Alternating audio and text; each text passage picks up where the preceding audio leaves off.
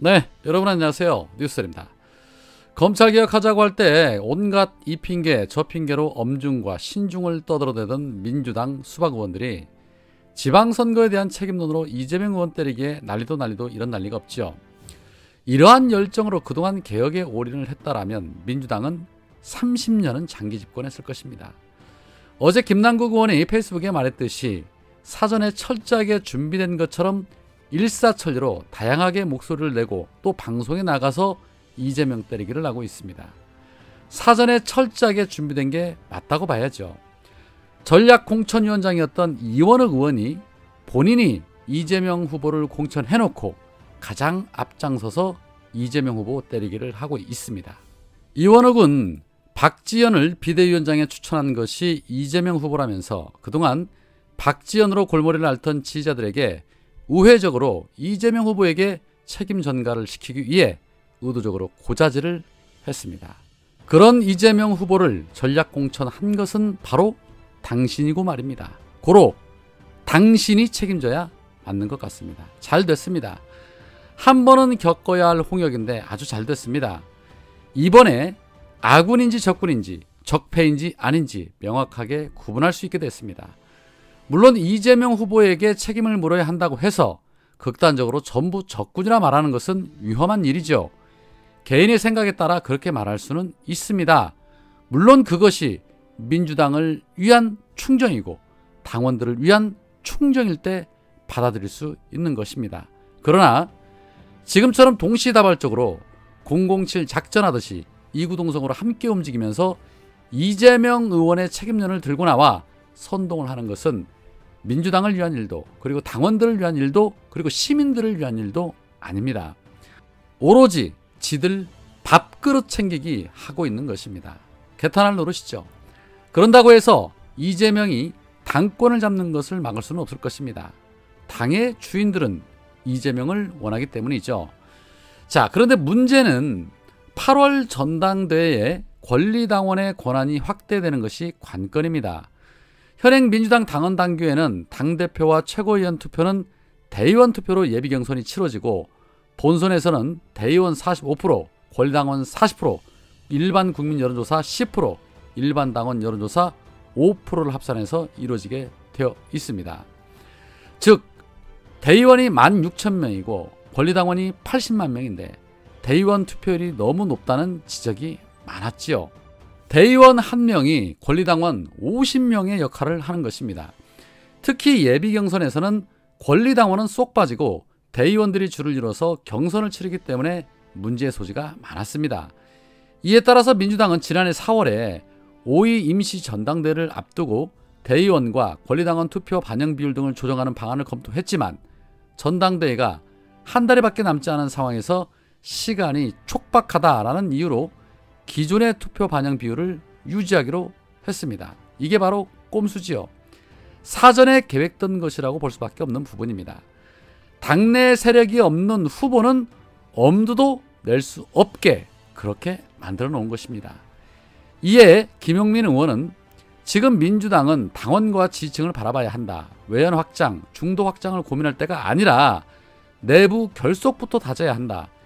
당원과 지지층이 민주당에 실망하고 지쳤다. 이번 선거에서 투표율이 낮은 이유이기도 하고 거리에서 만난 수많은 지지자분들의 하소연이기도 하다. 비대위, 조기 전당대회 무엇이 되었든 당원과 지지층 속으로 들어가 답을 찾아야 한다.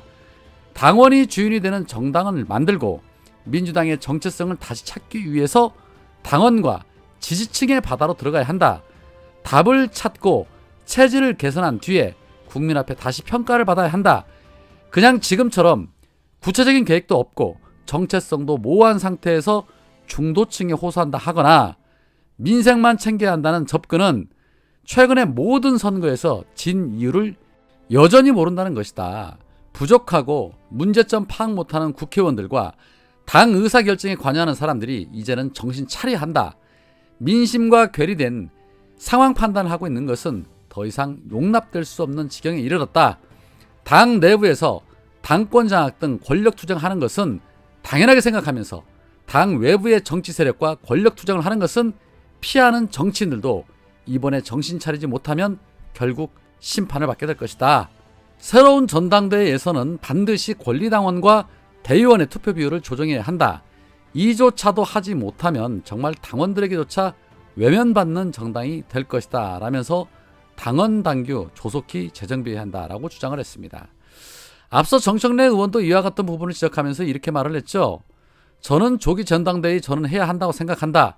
조기 전당대회 하려면 전당대회 룰을 어떻게 할 것인가를 고민해야 한다. 장경태 혁신위안 당대표 예비후보 컷오프 시 중앙이 50%, 권리당원 50%, 전당대회 때는 중앙대의원 20%, 권리당원 45%, 일반 국민 30%, 일반 당원 5%, 당대표 예비후보 컷오프 개정안은 이미 국회의원 91명이 서명해서 당원 당규 개정을 제안한 바 있다. 이미 대선 전에 우리는 장경태 혁신위를 통해서 전당대회 룰을 이렇게 고치겠다고 공포한 바 있다. 대국민 약속이었다. 이재명 후보는 대선에 졌어도 그때 공약했던 것을 같이 지키자고 하지 않았느냐. 그런데 우리 스스로 혁신위에서 이렇게 전당대회 룰을 바꾸자고 해놓고 그것조차 바꾸지 않고 또 다른 혁신을 하자는 것은 어불성설이다. 따라서 혁신위에서 결정한 사항은 당원 당규에 빨리 반영해 주시기 바란다 라며 조속한 개정을 촉구했습니다. 그런데 이런 목소리에도 불구하고 한 중진 의원은 이런 말을 했다고 합니다. 강성 권리당원들에 의한 문자 폭탄 등으로 많은 문제 제기가 있었고 연달은 선거 패배 후 이제 그들에게 휘둘리지 말고 당내 대의 민주주의와 수기민주주의가 작동돼야 한다는 공감대가 생기지 않았느냐. 비대위와 전준위 논의 과정에서 그런 방향으로 혁신해야 한다는 논의가 이어져야 하는데 권리당원의 과다 대표성을 확대하면 그건 거꾸로 가는 것이다 라고 말했습니다. 그 중진 의원 누구인지 밝혀지지는 않았습니다. 그러나 굳이 말하지 않아도 중진이라 한다면 낙지파 계열에 있는 중진 중 한 사람이겠지요.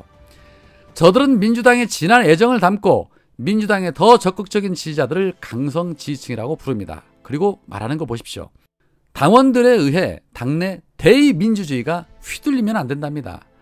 바른정치하라고 뽑아줬더니 당원들을 귀찮게 하는 스토커 취급을 하고 있습니다.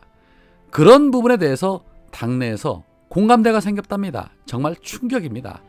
쉽게 말하자면 지금 수박들은 열성적인 지지자들을 매우 귀찮아하고 있고 지지자들의 목소리를 한 귀로 듣고 한 귀로 흘리고 있다는 소리입니다. 뿐만 아니라 권리당원의 과다 대표성을 확대하면 대의민주주의와 수기민주주의가 거꾸로 간답니다. 정말 소름 돋습니다.